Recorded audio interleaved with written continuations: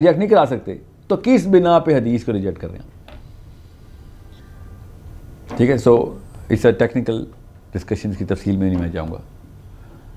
Last question please. Sir, पूरी दुनिया में जो मुसलमान हैं हम सारे एक उम्मत हैं और हमें कौम के अंदर डिवाइड कर दी है, पाकिस्तान, सऊदी अरब, लीबिया, मतलब कंट्रीज़ के अंदर। तो अब हम उस वतन के अंदर इतने के खुद गए हैं कि हमें कोई वतन के बारे में कोई बात करता है तो हम लड़ने पे आ जाते हैं, और असल में हम सारे एक जिस्म हैं।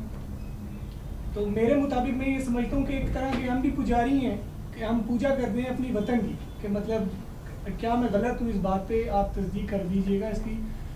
तो मुझे ये बताएं सर जी कि हमें कैसे, मतलब हमारे दिमाग को कैसे डिवाइड कर दिया है लोगों ने, लोग हैं जो यानी कि ऊपर बैठे हुए और इस तरह मतलब तकसीम कर दी है पूरी उम्मत को। तो इसके बारे में ज़रा आप तफसील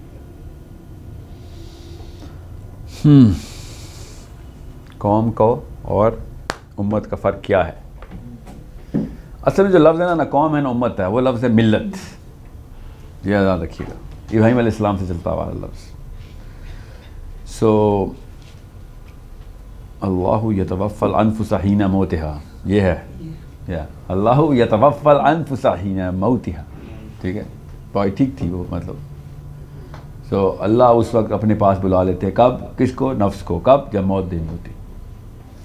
so just for the record, कौम जो और जनरल टर्मिनोलॉजी, साइकोलॉजी, लफ्ज़ के पीछे साइकोलॉजी होती है, नफ्सियात हमारी ट्यून कर दी हैं। कौम का मतलब क्या है? एक जैसे फियर रखने वालों को कौम कहते हैं। बस आसान करके बता रहा हूँ, एक कौम की निशानी एक तरह का डर है जिसको, वो कौम है। हमने क्या कहा? जो एक कलमा पढ़ता है वो कौम है। हाँ, तो एक कलमा पढ़ने का डर है ना पीछे, ठीक है। मगर मुल्क का लफ्ज़ क्या है? मुल्क का लफ्ज़ है जो कि एक तरह का डर रखता है, उसको मुल्क कहते हैं।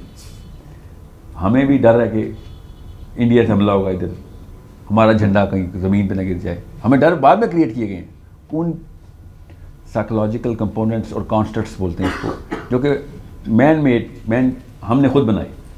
ठीक है, ठीक है, उसमें भी कोई मसला नहीं है। अभी तक इस्लाम में हराम और हलाल नहीं आया इस केस के ऊपर। करें आप, आपके खेल तमाशे करते रहें, टेंशन ही कोई नहीं।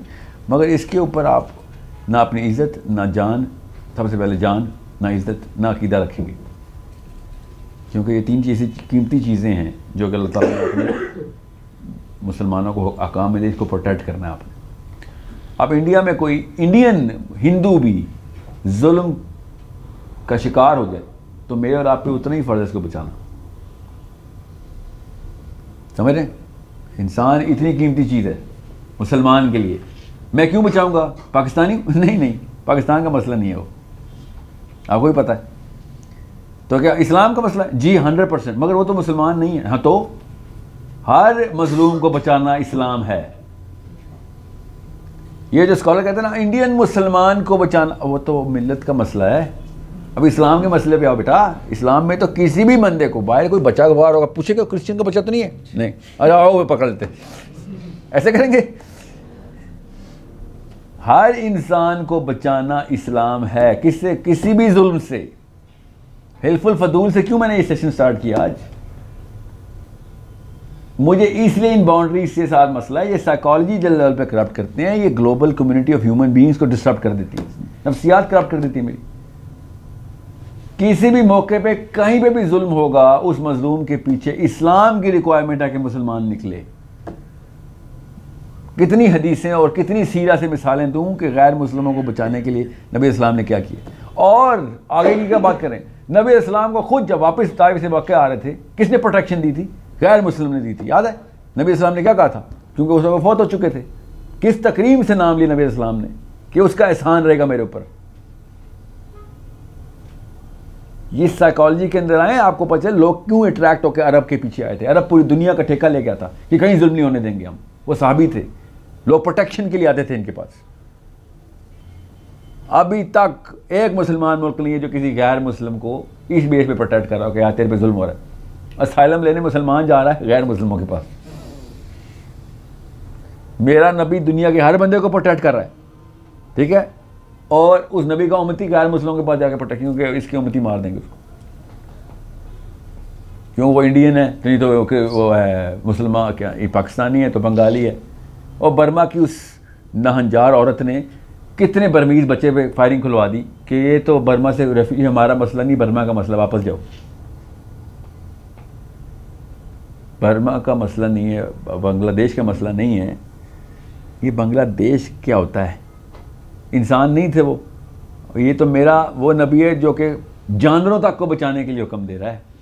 सर वही ना, मुल्क की मोहब्बत के लिए हम इतना वो हो गए हैं। और करें ना, मैंने वही कहा है, कंफ्यूज ना करना, मुल्क की मोहब्बत करें, किसने कहा खेल तमाशा है, हम कर लेंगे। ये मगर जान, इज्जत, ईमान, ये 3 चीज़ें नहीं कि बताएगा, मुल्क नहीं बताएगा कि ये 3 चीज़ें किसकी बचानी है, ये हर एक की बचानी है हमने।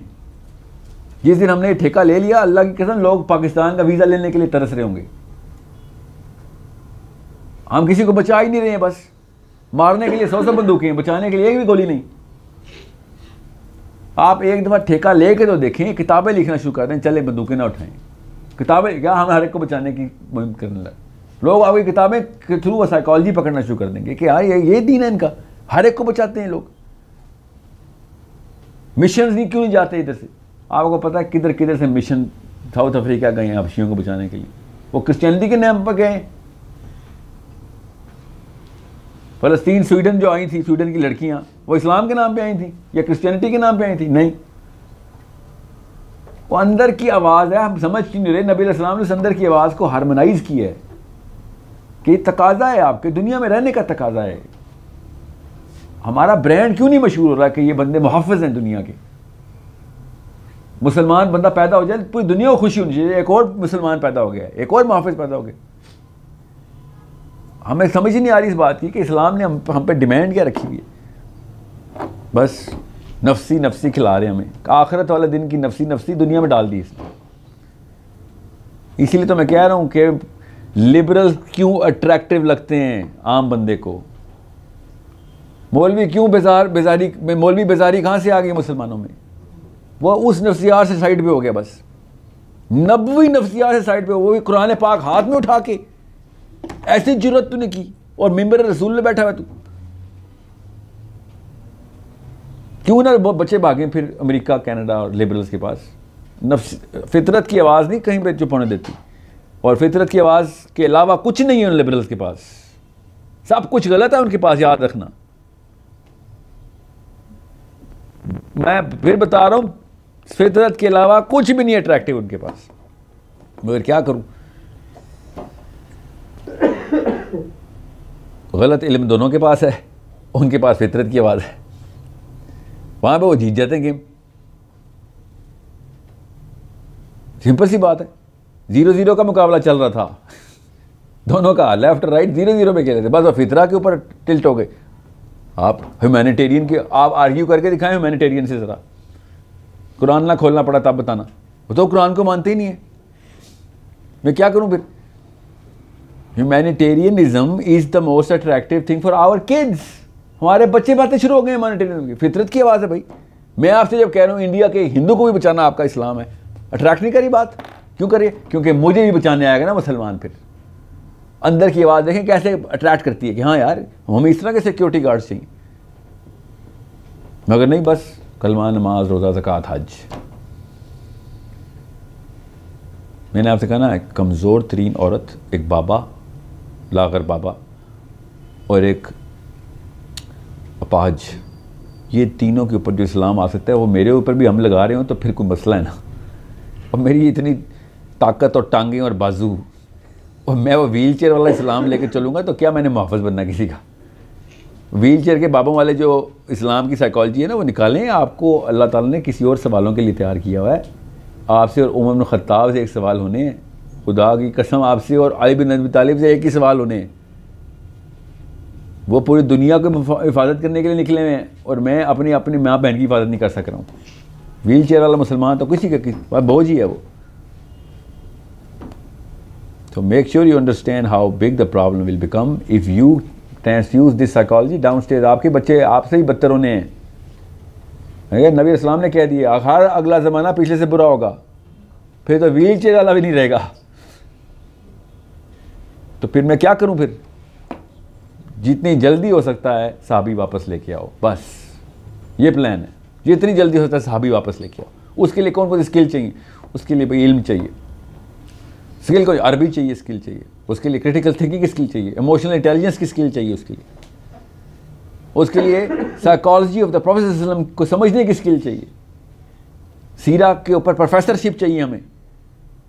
मुझे भी कल पता नहीं किसी मैं सेशन कर रहा था, मैंने कहा कितने देर सीरा पढ़ी है, तो उन्होंने कहा हमने इस्लामाबाद में मुफ्ती पता नहीं क्या नाम बताया उन्होंने, जो भी है, उन्होंने 6 महीने का सीरा कोर्स किया है। अली बिन अबी तालिब ने 63 साल का सीरा का कोर्स किया हुआ है। हाँ, मैं और आप 6 महीने का अचार डाल रहे हैं। 63 साल सीरा करने के बावजूद भी सहाबी शक में रहते हैं। हुज़ैफा बिन यमान के पास जाके उमर बिन खत्ताब कहते हैं कि मेरा नाम मुनाफिकों में तो नहीं है। 63 साल सीरा का वो वाला कोर्स, टीचिंग का नहीं, ट्रेनिंग का, डायरेक्ट ट्रेनिंग ले रहे हैं। और मैं 6 महीने का कोर्स करके समझ रहा हूँ कि मैं दाई हूँ, और दाई को मैजिशियन कहते होते हैं लोग, जादू आता इसको, ये तो इश्क हो जाएगा इससे मुंह खोलेगा। तो हम यहाँ पे डिबेट करके जीतते हैं, पछाड़ने की ट्रेनिंग है हमारी कि मैं पछाड़ूंगा इसको। साहिल वर्सेस दिस गाय, साहिल, ये वीडियो चल रही मेरी,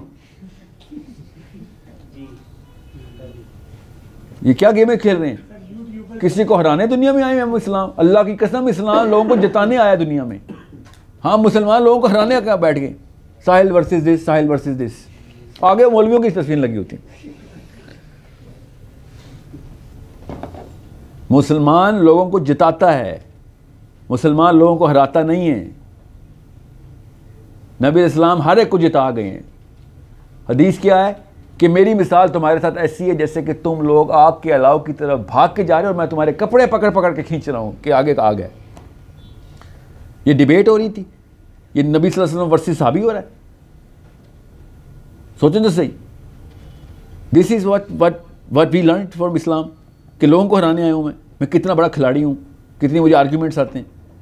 आज तक कोई बंदा यहाँ से मुसलमान नहीं हुआ, इसीलिए नहीं हुआ क्योंकि हराने वाली मशीन है, यहाँ से मुसलमान, ये जिताने वाली मशीन है। नबी अल्लाह ने कहा ना, मैं दिल फेरता हूँ, दिलों पे मोड़ लगा। एक दो अल्लाह क्या अल्फाज की कमी है? अल्लाह ने क्यों नहीं कहा दिमाग फेर देता हूँ, दिमाग में मोड़ लगा देता हूँ, दिमाग ख़राब हो गया? अल्लाह कह रहे हैं वो कल्ब का मर्ज़ है भाई, और मर्ज़ बढ़ा ही जा रहा हूँ मैं इनका, मुनाफिकों के लिए। अल्लाह दिल के मर्ज़ बता रहे हैं, मर्ज़ बढ़ा रहे हैं दिल के। हम दिमागी खेमे खेल रहे हैं। थी आर्ग्यूमेंट वर्सेस आर्ग्यूमेंट। एथिस्ट को साहिल साहब कौन सा ऐसा आर्ग्यूमेंट दूं कि वो बिल्कुल बेबस, चारों खाने चित्त हो जाए। मेरा पता है हर 10 सवालों में से एक सवाल ये आ रहा है मेरे कि सर एथिस्ट को आर्ग्यू करना से दिखा देता हूँ, किताब है पूरी, 180 नकात लिखी मैंने भी एथिस्ट के खिलाफ, मगर मुझे समझ आ गई थी एथीइस्ट नहीं मसला, एथीइज्म मसला है। एथीइज्म को मसला क्या है कि मुसलमान अट्रैक्टिव नहीं है, बस कहानी खत्म। मुसलमान अट्रैक्टिव होगा, एथीइज्म खत्म हो जाएगा, क्योंकि इस्लाम अल्लाह की कसम अट्रैक्टिव है, सिर्फ मुसलमान अट्रैक्टिव नहीं है। इसके अलावा कुछ और अट्रैक्टिव नहीं है इस्लाम के अलावा। एक दफ़ा आप सहाबा की इन्विजन करें, सहाबियात की लाइफ पढ़ें कि अरब में ओपननेस क्या थी, ओपननेस क्या थी, किस तरीके से खुलेआम सीधी बात की जाती थी, हर बंदे को हर काम करने की इजाज़त थी। क्या अमेरिका ने लिबर्टी देनी है to the man? No sorry, you should see the liberty of Arabia in the time of Umar Khattab and Abu Bakr Siddique and Ali bin Abi Talib and Usman Ghani रज़ियल्लाहु अन्हु। Liberty देखें, आपको पता चले। हमें तो psychology बताई जैसे पता नहीं कोई वाइल्ड वेस्ट चल रही थी उस वक्त अरेबिया में।